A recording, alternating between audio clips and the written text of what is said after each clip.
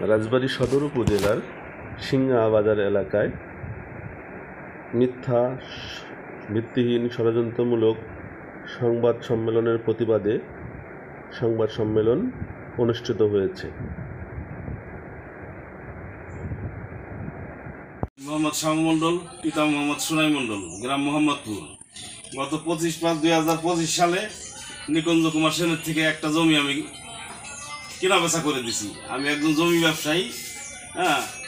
তো আজ থেকে 2 মাস আগে এই জমিটা বেচা কেনা হয়েছে বা রেজিস্ট্রি হয়েছে, টাকা পয়সা সমস্ত কিছু তার বুঝা দেওয়া হয়েছে। এখন সে 2 মাস পরে আমার নামে একটা অভিযোগ দিচ্ছে থানায়, এসপি স্যারের কাছে। এসপি স্যার দিচ্ছে হলো ওসি স্যারের কাছে। ওসি স্যার তদন্ত দিয়েছে সেকেন্ড অফিসারের কাছে। সেকেন্ড অফিসার থানায় ডেকে নিয়ে আমাদের বলা হয়েছে যে আপনাকে ডকুমেন্ট নিয়ে আসেন, ডকুমেন্ট কী কী আছে। সেই ডকুমেন্ট নিয়ে পুনরায় আমরা 2 তারিখে আবার সেই ডকুমেন্ট নিয়ে আমরা থানায় যাই। সেখান থেকে আমাদের বলা হয়েছে যে এটা হলো মিথ্যা কথা এবং ভিত্তিহীন। এদের কাছে জমি কেনার সমস্ত ডকুমেন্ট আছে, এদের বিরুদ্ধে আমাদের করার কিছু নেই। সেখান থেকেই এটা কেসটা শেষ করে দিছে।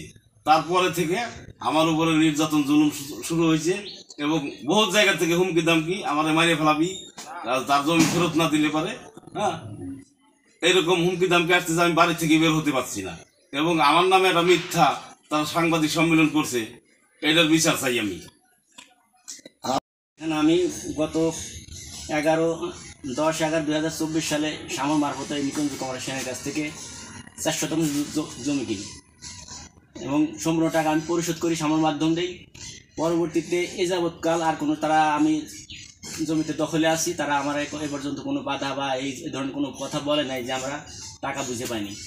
পরবর্তীতে যখন এই মহিরুদ্দিনের কাছে শামু জমিটি বিক্রি করে, পরবর্তীতে এইটার সাথে এটি অ্যাড করে আমার নামে একটা থানার অভিযোগ করে। সেখানে শামু সহ সবাই যায়, আমরা সবাই যাই, তার ডকুমেন্টস দিয়ে আসছি।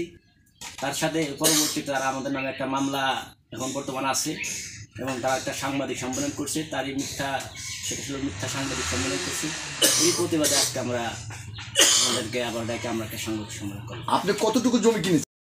আমি জমি কিনছি যে তার স্টেম আছে এবং এই দলিল আছে, আর আরেকটা টাকা দিছি লাস্টে, সেটার ভিডিও আছে আমার কাছে, ভিডিও আছে। তাদের অভিযোগটা কি আপনার প্রতি? তারা টাকা পায় নাই।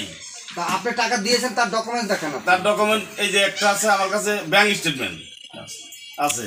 কত টাকার এটা? 7 লাখ টাকা। এই যে জমি কিনা বেচা করলেন, এই যে জমিটা কে কিনলো, কাকে কিনে দিলেন? এটা হলো কিনে দিলাম আমার বাড়ির পাশে মহিরুদ্দিনের নামে জমিটা কিনে দিয়েছি আমি। সেই মহিরুদ্দিন সাহেবের কাছ থেকে আমরা একটু কথা বলতে চাচ্ছিলাম। হ্যাঁ বলেন, আসলে মহিরুদ্দিন সাহেব কি ঘটনাটা ঘটেছিল? আসসালামু আলাইকুম, আমি মহিউদ্দিন, আমার পিতার নাম মোহাম্মদ মেলাই, আমার বাড়ি সিংহা। একটা শামুর মাধ্যমে একটা জমি কিনা বেচা করে, মানে আমার কাছে বিক্রি করে 2025 তারিখে জমি বিক্রি করে। সে নিকুঞ্জ কুমার সিং সরাসরি আমার কাছ থেকে সে ওই শামুর সাথে করে সে টাকা পয়সা নিয়ে যায় 6 লক্ষ টাকা, আর আমার ব্যাংকের থেকেও কিছু টাকা নেয়, সেটাও আমার প্রমাণ আছে। এবং কি আমি রেজিস্ট্রির দিন আর রেজিস্ট্রি অফিসে থাকে 13 লক্ষ টাকা ভিডিও করে প্রমাণ করে দিই যে আমি টাকা দিলাম। আমি ডকুমেন্টস রাখছি এর জন্য। এক সময় আমরা ব্যবসা করি, তো এক সময় একজন এক কথা বলে, এই কম রেটে কিনছো, এই বেশি রেটে কিনছো, এইগুলো কথা বলে দেখেই আমি ভিডিও করে রাখি। খালি হিন্দু বিলে যে না, মুসলমানের আরও 20টি ভিডিও আছে। মুসলমানের কাছ থেকেও জমি কিনি আমি ভিডিও। আমি ব্যবসায়ী লোক, আমি প্রবাসে ছিলাম এতদিন, এখন জমি ব্যবসা করি।